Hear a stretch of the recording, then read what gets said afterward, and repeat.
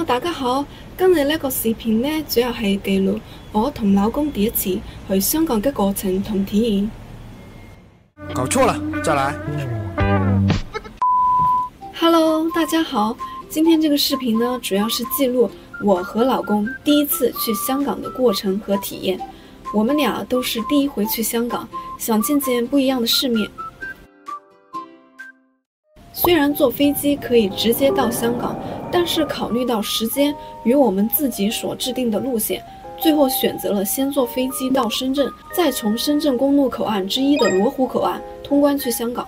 9月3號晚上7點左右，我們先來到了上海虹橋的 T2 航站樓等待起飛。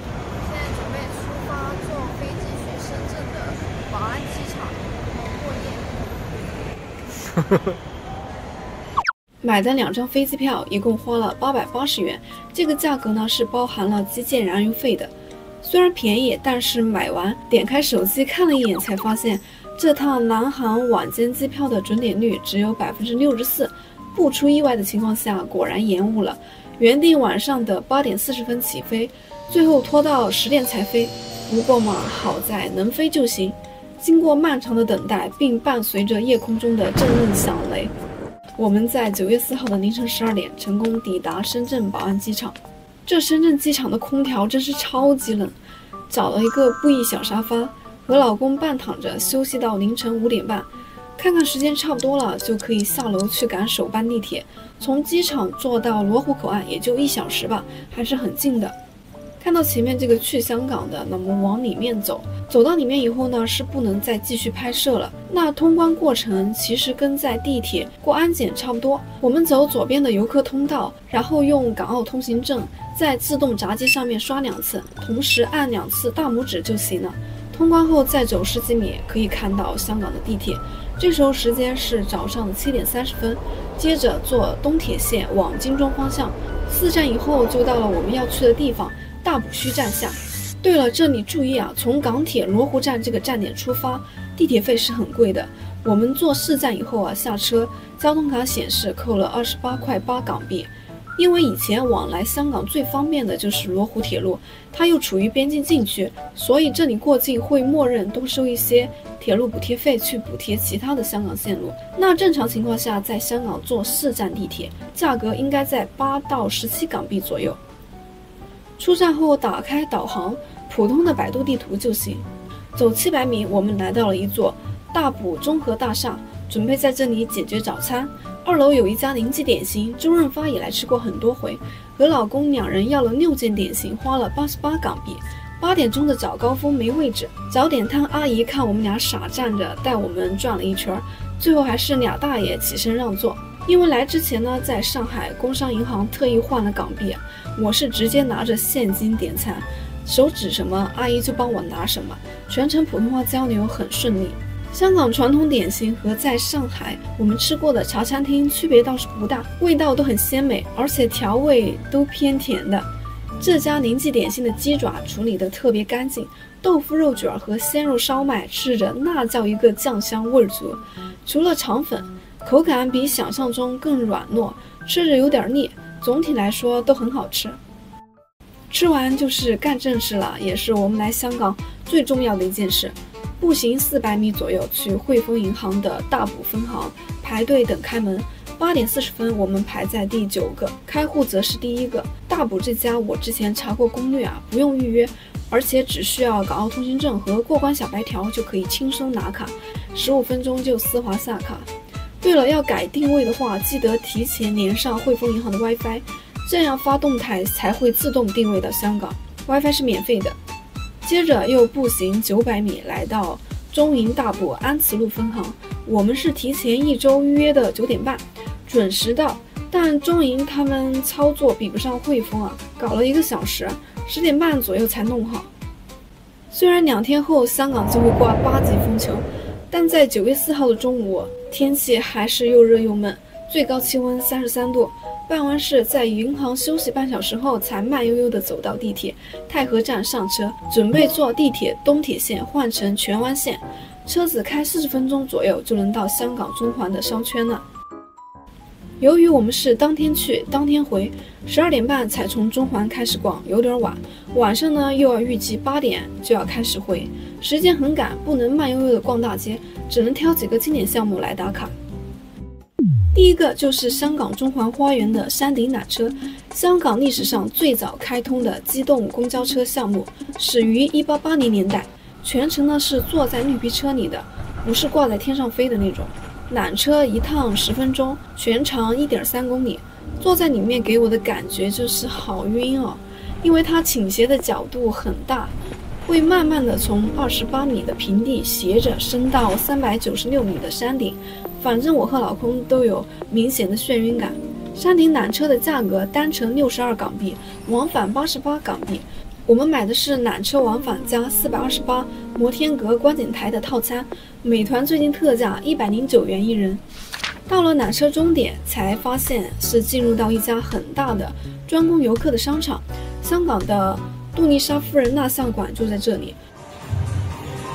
原来香港杜丽莎夫人蜡像馆在山顶公园也有一个。不过要去往最高处的观景台，还要继续沿着手扶梯一直往上走。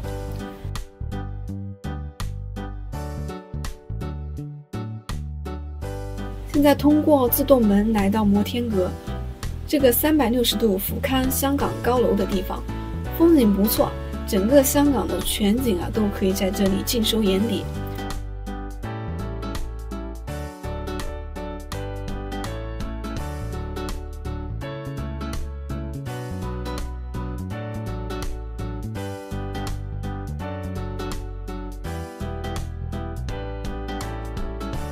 对了，想近距离观看的呢，这里有一个望远镜，收费的，投5港币可以看70秒左右。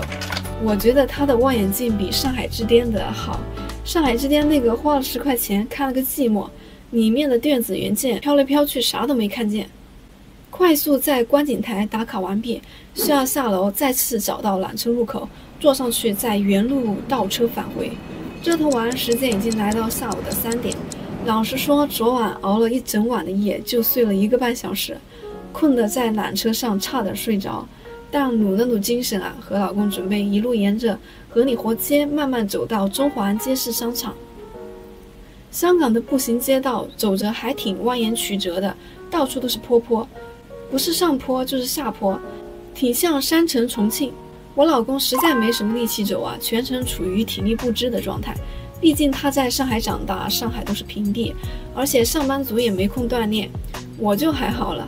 那香港为了节省居民的力气呢，也有耗费大价钱修了一条长长的半山手扶电梯，我们正好路过，瞄了一眼。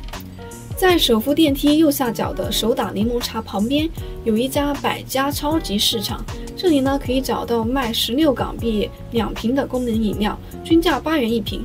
相比较于中环711便利店里动辄就14到16港币1瓶的价格，这家已经很划算了，赶紧买了2瓶解渴。接下来慢慢走到一个叫做中环街市街场，我花了20分钟集章打卡麦兜120周年活动，免费领了周边文件夹，老公呢只是继续在旁边回血。休息的差不多了，继续前往今天的第2站目的地——香港的中环摩天轮。2014年12月建成，年纪并不大，但位置优越，价格低廉。每轮一共转3圈，时长18分钟左右，收费却只要20港币，换成人民币也就是18块钱，可以说是全中国没有比这性价比更高的摩天轮了。上海最便宜的顾村公园摩天轮一次要30元，而且只转1圈就8分钟。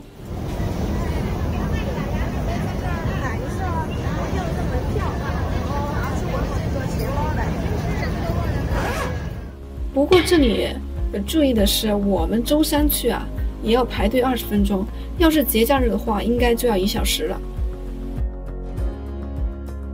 坐完摩天轮就是坐天星小轮，旁边的7号码头上船，可以扫码支付。那我们是拿着现金直接在自动收代币的机器上买的，投入10港币，机子就会自动吐出1块硬币和5块硬币，还有一个蓝色代币。把蓝色代币投入闸机口就可以上船了。坐天星小轮主要就是体验一下香港的轮渡，上海轮渡2元，香港卖的也不贵，4港币。它是没有窗户的，比上海轮渡的观感要好很多。当然，油漆味2个都挺重的。坐到对面就是尖沙咀，前往我收藏的最近的一处打卡点——香港 K11 Muse 的乐高探索中心的 B2层。这里手扶梯旁有一台老式的复古体重秤，踩上去，然后投5港币，要硬币就可以来抽卡了。这个机器呢，在香港的电视剧上面经常出现，一般会随机出花样，大奖呢是金色的小卡。话说这小牌真的超级迷你，抽了2次，我呢是算盘，老公是公鸡。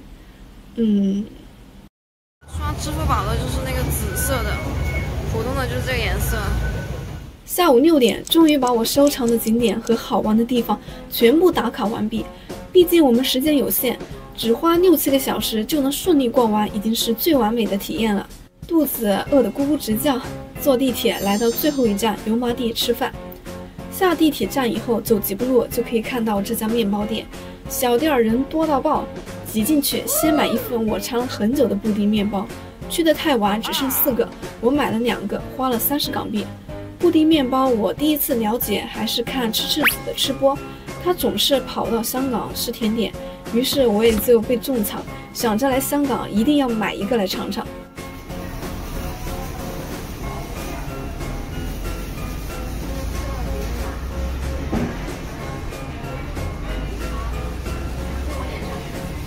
到手的感觉就是很值，布丁分量超多，吃着感觉椰香味十足，有点像复合的奶型味儿，有点像复合型的奶味儿。面包体呢咬着很韧，有点难嚼，胃口小的吃一个就够顶的。梳2黑小胡子。